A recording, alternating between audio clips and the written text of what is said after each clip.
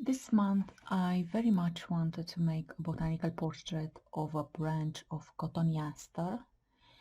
I made few sketches of the specimens I had, and I also made some drawings after the close-up photos of clusters of hanging fruits. Then I scanned them and arranged them in my computer in a composition. So this goes here, then this here, then I have this one here, this one here, and I also added this two here in front. Another way to do this, an analog way, is to sketch them on tracing paper, also called vellum paper, the way I did with this Visastecia composition. And you can either sketch in pencil directly on tracing paper, then enhance the desired outline with a pen, or you can sketch on a scrap piece of paper or any support you like, then transfer the outline on the tracing paper and play with the parts to create a composition. This is a more lengthy process, and the paper is not as cheap as expected for a paper that will be tossed away later. Back in the Renaissance, there was a method of making tracing paper.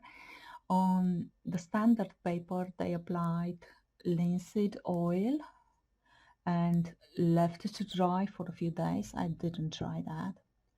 Another method included fish glue and garlic. Imagine that.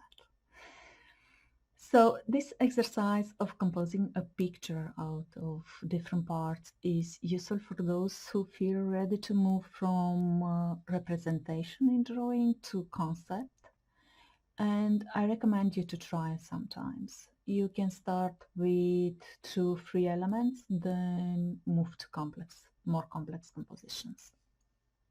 I also rendered some of the fruits in ink and watercolor.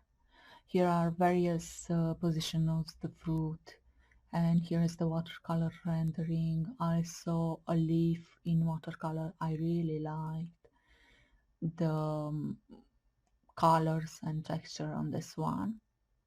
The genus name Cotoneaster derives from Cotoneum, a Latin name for the queens, and the suffix aster, meaning resembling. Therefore, what the name suggests is that they have a similar form as the queens, and on this species you actually see that a more or less round palm and the calyx that forms a small lump at the tip.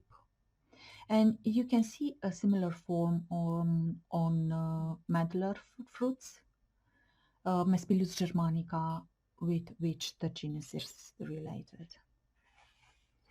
In this video, I will draw this part in order to show you different ways of rendering with ink this type of small round shape. We also have some leaves, even a dried curved leaf, and I will draw those as well. Before you start to apply ink in a composition with elements situated at different levels of depth, you have to take some decision regarding the values, and you have 3 options. First, you go with the values range you see in the photo. Second, you make the fruits on front lighter and the one in the back darker. And third is vice versa, the fruit in the back lighter and the one in the front darker. And this is tricky because on one hand, white pushes elements in front and dark tones recede. So because of that, you may want to make the fruits on front lighter in tone. But on the other hand, the darker rendering usually means having greater contrast and many more details, which can attract the viewer more. So the two forces balance each other and you can end up with a flat image. So if you decide to make the fruits in the front lighter, make sure the cast shadow is very visible. And you can see this here. Let me bring this closer. So here we have a very clear hierarchy. This dark one is first because it's bigger. We see the elements that are bigger sitting in front of the others. It has many more details. We have the darkest dark sitting next to the lightest light. And so this is our focal point, and it's clearly the first one in this cluster. And this one is the second, which is clearly in front of this one because I rendered very well the cast shadow. I'm telling you all this because when it seems to you that something does not look very okay in your composition, you will be able to identify what it is and you will be able to make the necessary corrections. So let's draw this cluster. I will take the Kohinoor ink. This is a very cheap ink and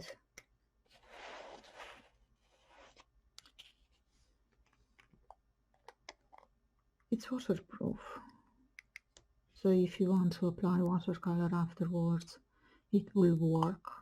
It will not bleed into watercolor. And I always move the ink into a glass so I can see the level, because this is kind of matte.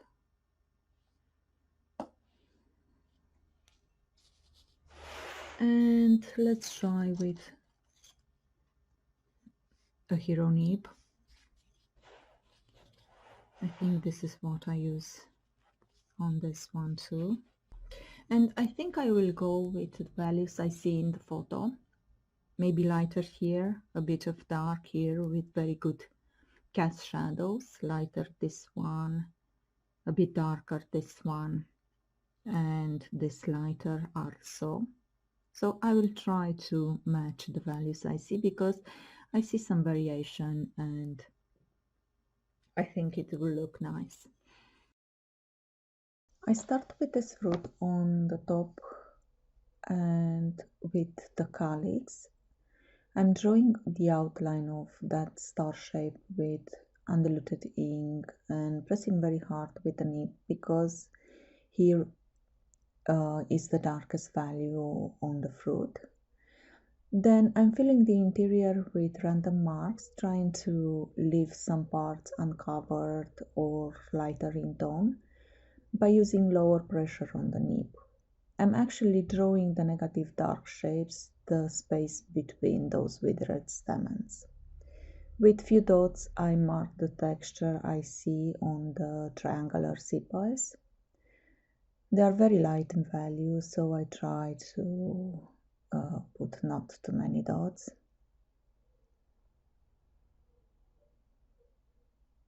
Then I start to render the sphere shape. I use small and fewer lines on that part of the fruit where I have the highlight, and longer and stronger marks on the margins. If you look at the fruit, you can see exactly where are the darker parts. That very saturated dark red that seems to surround the fruit. Because the whole fruit is lighter in tone than the rest, I use diluted ink with that method that I describe in other tutorials. One dip in ink, 1 or 2 dips in water. In time you kind of start to feel how dark you want the mark to be, and that gesture of taking the ink with the pen becomes unconscious. And this happens with every drawing or painting medium you use for a very long time. For stems, I use small curved lines to show the roundness on that side of the stem which is in shadow, and I leave the other part uncovered. Now the other light fruit, again first the calyx. Here the star shape is not very visible in the picture, yet I'm trying to draw it anyway, of course with applied perspective. That means the arms of the star that are farther are shorter. Then the texture on the sepals and the round palm. The tonality on this one is very similar with the previous. The difference is that on the top left side we also have a diffuse cast shadow that we have to show, and which reduces the surface of the fruit that is then light. So you see small lines on the part which is in light and longer on the margins.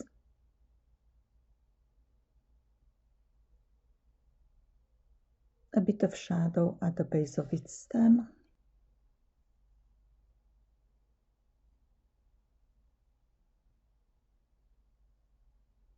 The fruit in the back. Here we only see half of the calyx and pretty well the withered stamens, and with undiluted ink I will put in the shadows with curved lines. I try to follow the form of the sphere. The tonality of this fruit is very dark, yet I try not to cover the tip because I still need to give a round shape to this object, not a flat one.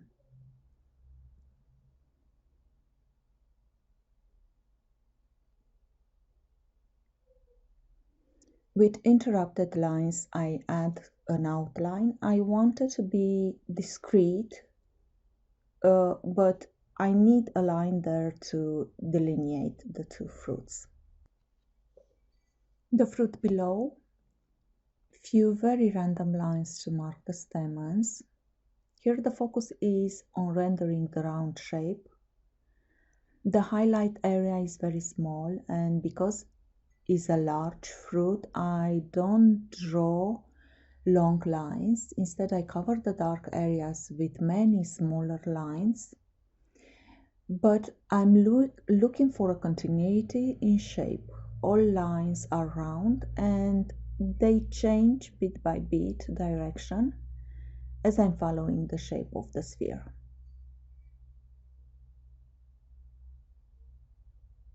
You see in dark areas, instead of drawing a one continuous line, I draw many lines, but following the shape of the sphere. With a second layer and a cross hatch, I'm darkening the darks where I have the cast shadows.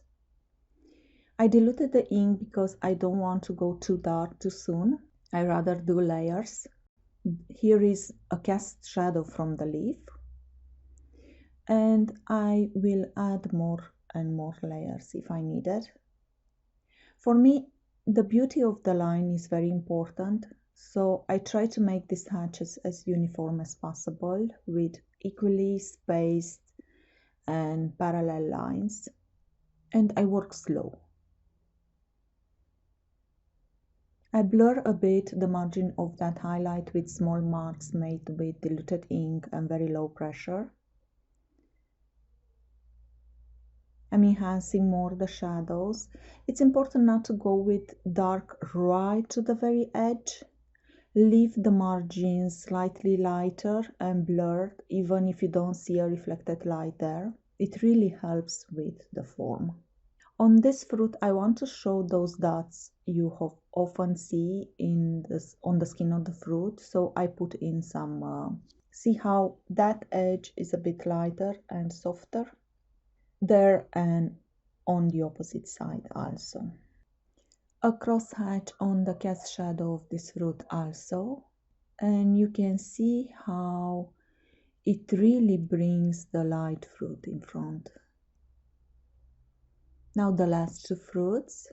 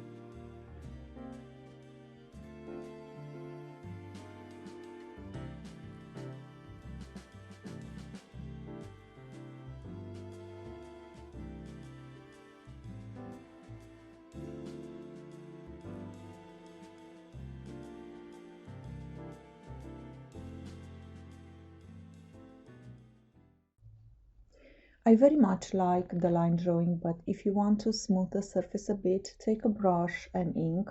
You can dilute the ink by dipping the brush in water and apply some washes in darker areas. It also helps with darkening the tones.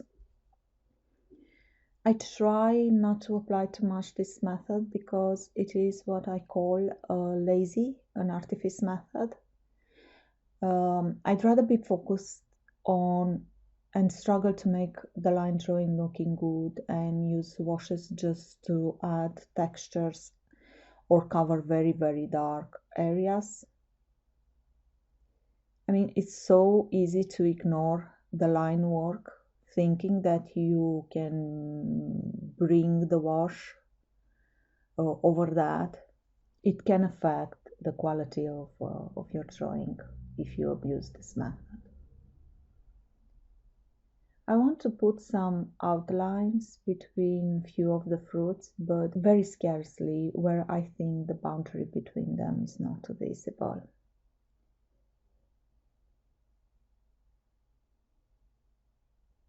And with interrupted lines. It has the shadow there. Now let's draw also this curved leaf. It's very interesting. First the back of it. Notice the dark margin on the right, followed by a white line, then dark again.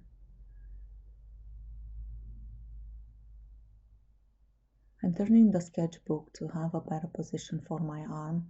Sorry, I'm struggling a bit with the camera, which is at 2 inches from my paper, and I can't move my hand as freely as I'd like.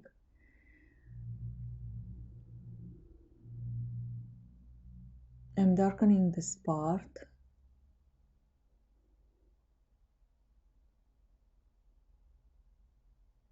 And I will add few dots to show that it's not a smooth surface.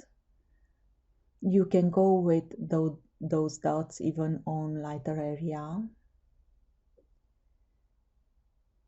And that white line is too bright. I tone it down a bit. Now the interior has to be very dark, and that will take many layers. Every layer will be drawn with curved lines that match the curvature you see in the outline. So I have that there vein, then the middle vein. As you can see, there are 2 rows of hatches, one starting from the top to the middle, then the other one from the bottom to the middle. And that split in the middle, the lighter area, helps with this turning form of the leaf. On the turning tip, I only add few lines to show the movement, but I have to keep it light in tone, and I also added some dots for texture. Now I put layers and layers to make it that very dark. It is almost as dark as the calyxes of the fruit. And of course I don't dilute the ink. I keep the same direction for lines as in previous layers. And you have to let the layers a bit to dry. Otherwise you will end up with a hole in your paper. You definitely will disturb the surface of the paper if you're not careful.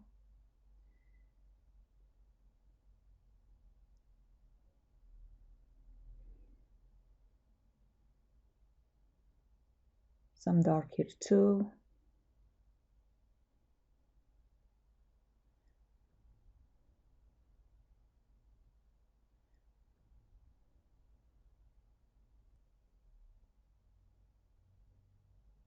And even more dark. Yes, you can see the middle vein has to be lighter. It's like a negative cross contour lines that helps describe the form.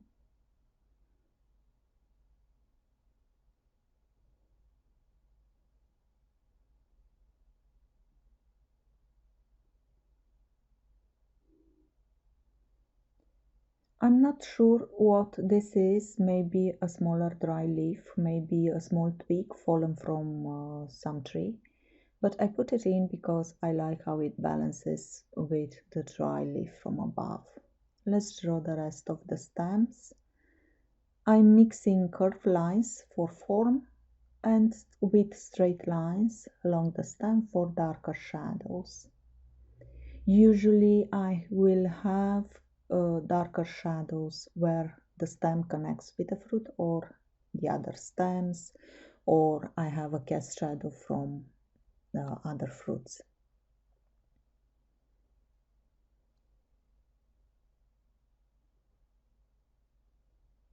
Now this big leaf, the leaves on this species have an almost flat surface, very few shadows and very short shadow along the veins.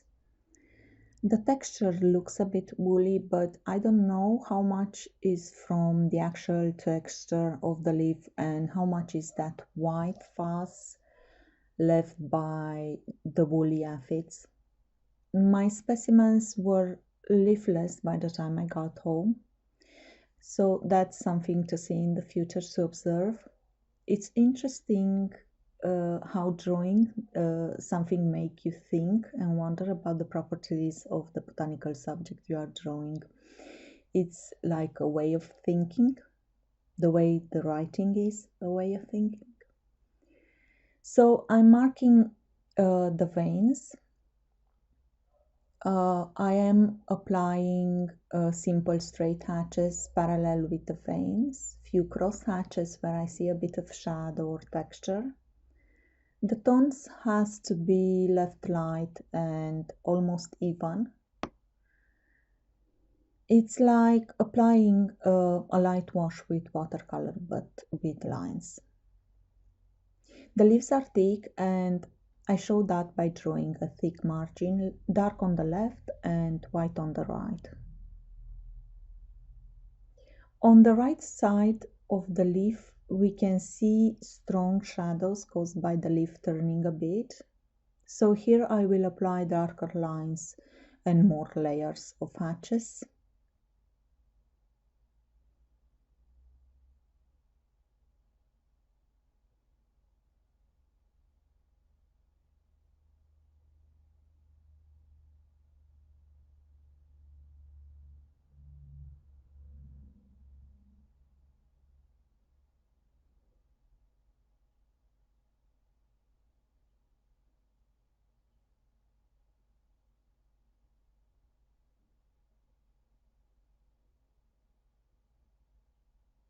We also have a form shadow in the middle of the leaf.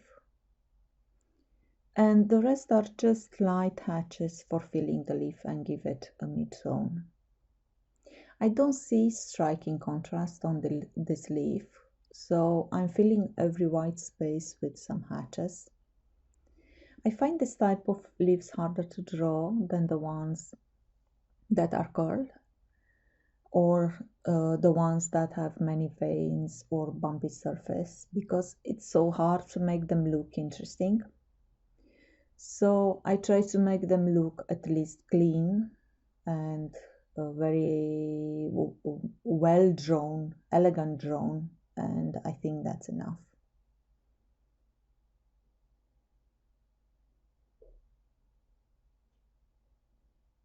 If you have any questions, I'm happy to answer them, so please ask. Thank you so much for watching. Bye.